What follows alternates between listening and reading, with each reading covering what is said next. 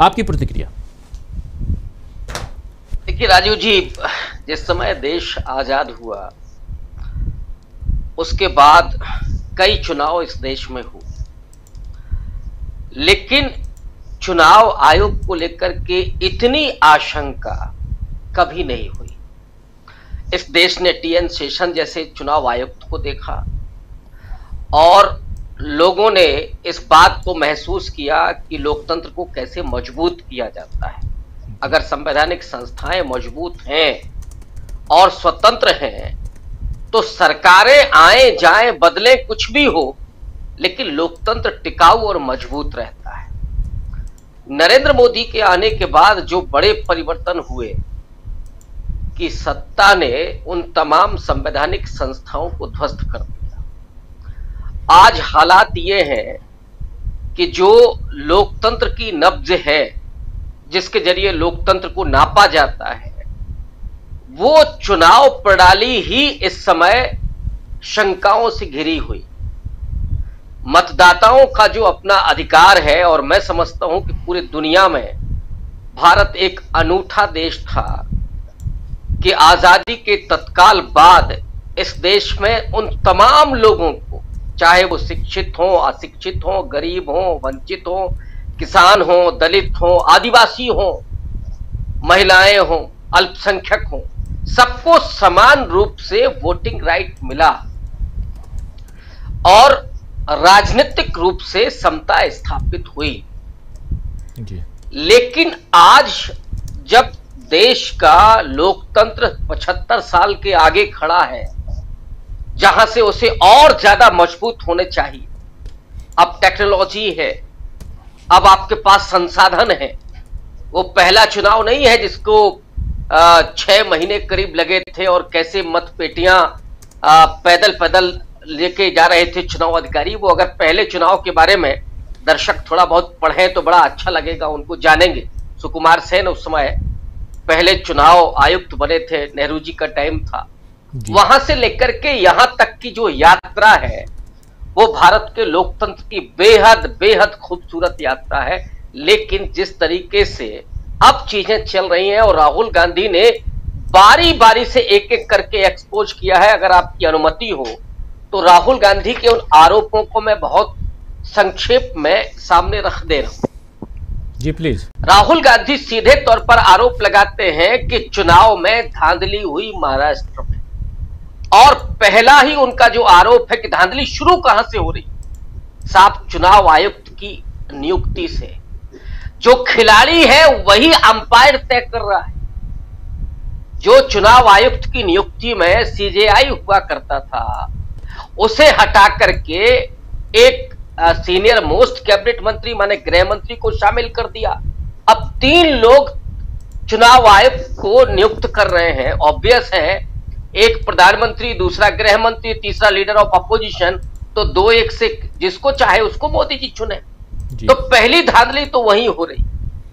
दूसरी धांधली है फर्जी मतदाताओं की। ये कैसे बढ़ रहे हैं? और राजीव जी, आपको याद होगा कि हम लोग लगातार इस पर बात कर रहे थे पिछले चुनावों में कि क्या खेल हो रहा है।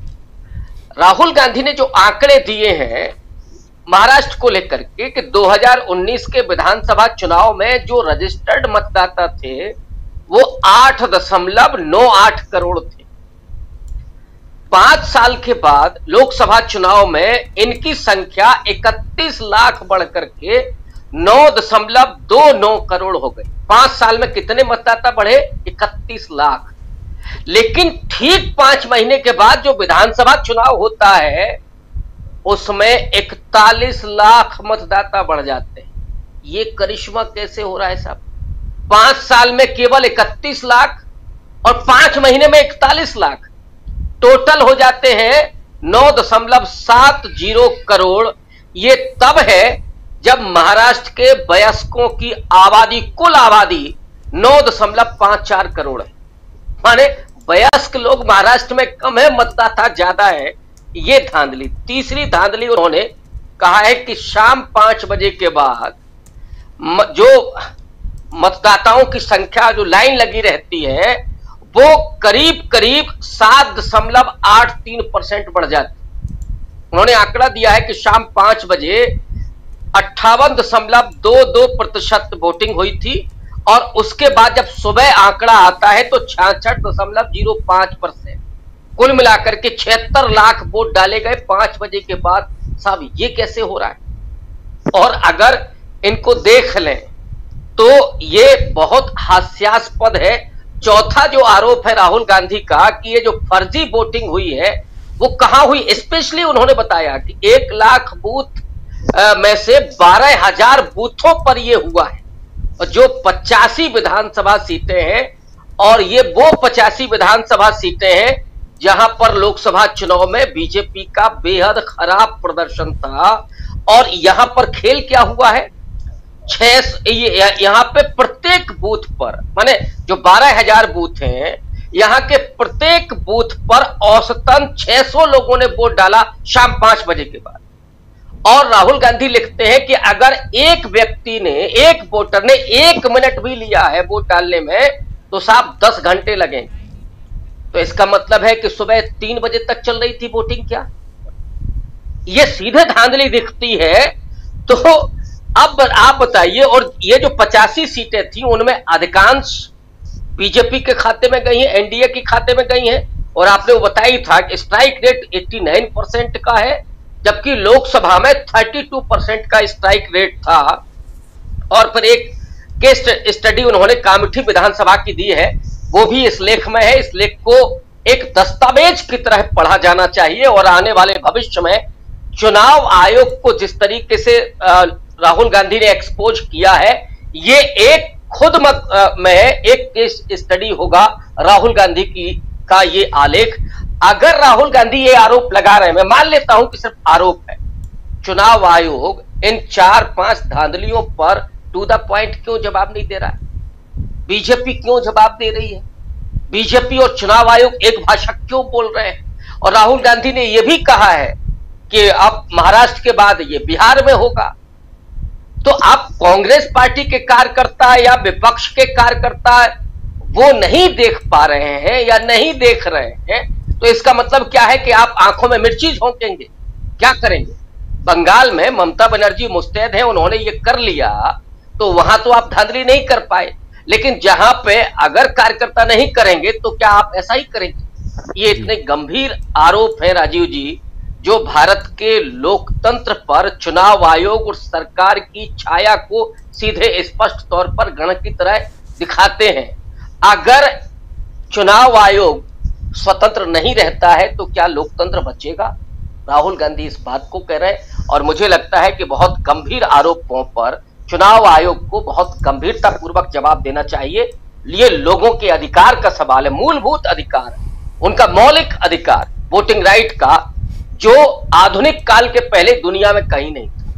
ये वो वोटिंग राइट है जिसके जरिए नागरिक संप्रभु बनता है, और नागरिक ही अपनी सरकार को बनाना बिगाड़ना ये उसका काम होता है। और सरकार किसी की भी हो, सरकार उत्तरदायी होती है नागरिकों के प्रति और जवाबदेह होती है, और इसलिए जवाब भी देना चाहिए, चुनाव आयोग को भी गंभीरतापूर्वक जवाब देना चाहिए। जी जी बिल्कुल। राहुल देव जी के पास आना चाहता हूं, जरा आपसे भी समझना चाहिए। जी जी प्रोफेसर रविकांत जी, क्या ये मामला बिहार चुनाव से पहले अपनी तैयारी और सजगता के रूप में देखा जाए क्या, कि सतर्क कितने हैं राहुल गांधी या विपक्ष? लेकिन एक बात यह भी है, क्या सतर्कता सिर्फ राहुल गांधी की तरफ से आनी चाहिए? जैसे श्रवण गर्ग साहब कह रहे थे कि क्या राहुल गांधी के इस आलेख को दूसरे दलों के, जो इंडिया गठबंधन के दूसरे दल हैं और खासकर जो महाराष्ट्र के दल हैं, महाविकास अघाड़ी के, वो शेयर करेंगे? हमने तो अभी नहीं देखा। जबकि प्रेस कॉन्फ्रेंस में दोनों दलों के जो दोनों अलग अलग दल हैं, शिवसेना यूबीटी के नेता संजय राउत और इधर सुप्रिया सुले, दोनों बैठे हुए थे जब प्रेस कॉन्फ्रेंस हुई थी, राहुल गांधी ने किया था। तो क्या ये पहले से बिहार चुनाव को लेकर तैयारी, और बिहार से आने के बाद इस आलेख को, आप इसको किस रूप में देखते हैं? इस आलेख को प्रकाशित करना पूरा बिहार से फोकस किया करके रखा है क्या? देखिए राजीव जी, मुझे लगता है कि राहुल गांधी का जो लेख है वो बहुत तात्कालिक रूप से नहीं लिखा गया है कि राहुल गांधी ने अचानक कल लिखा हो और आज उसको दे दिया।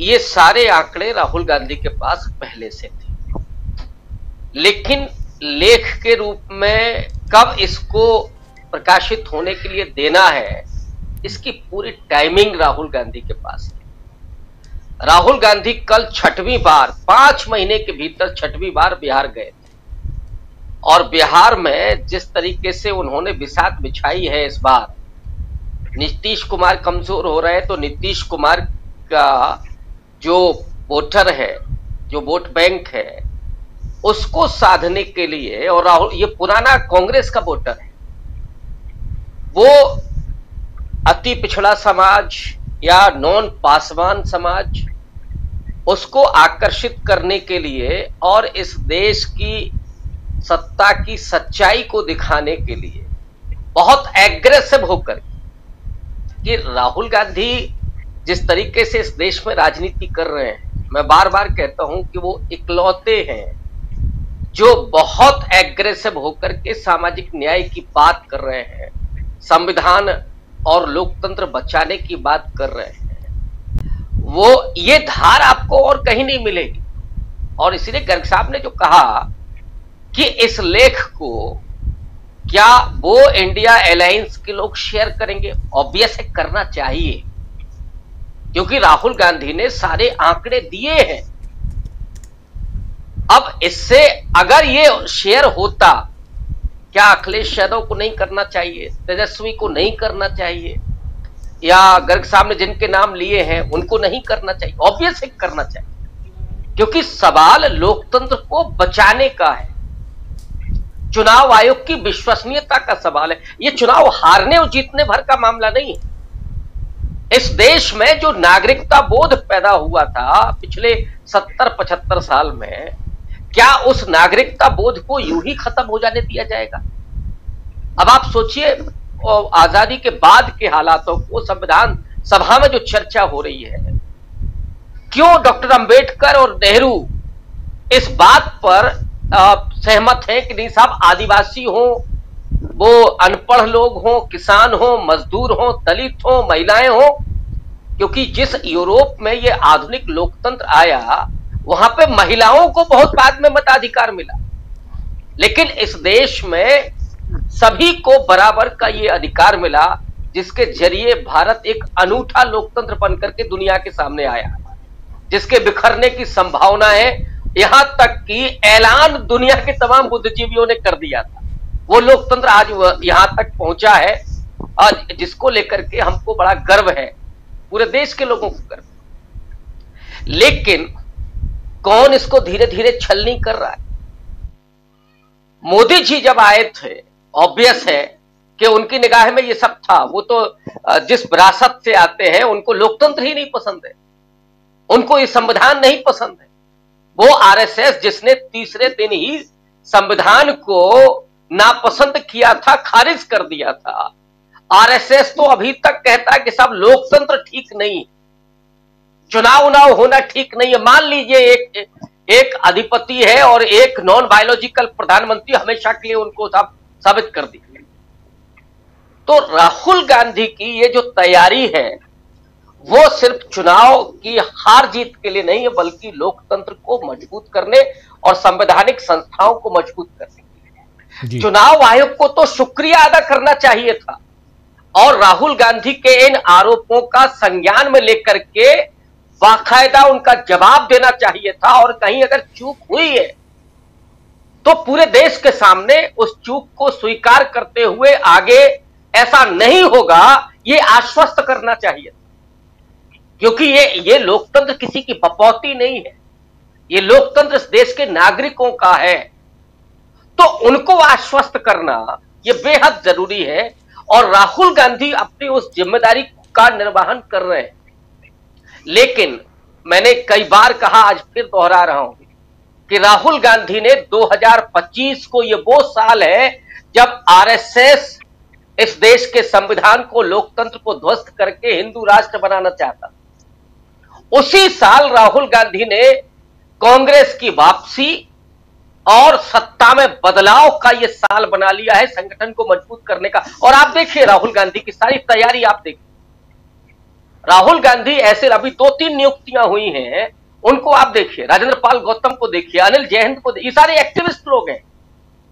ऐसे लगता है कि जो मनुवाद की धीरे कांग्रेस के भीतर जो भरे लोग थे, उनको अब सफाया करने के लिए राहुल गांधी पूरे तरीके से तैयार है। धीरे धीरे वो तो कह ही चुके हैं कि आप धीरे से निकल जाओ तो अच्छा है, वरना लंगड़े घोड़े के साथ क्या किया जाता है वो हम नहीं करना चाहते।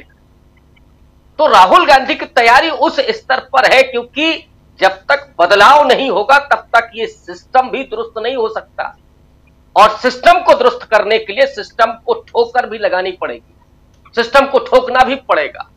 और उस पर जो प्रतिक्रिया है वो ये बताती है कि दाल में बहुत कुछ काला है। इतनी मिर्ची काहे को लग रही है साहब?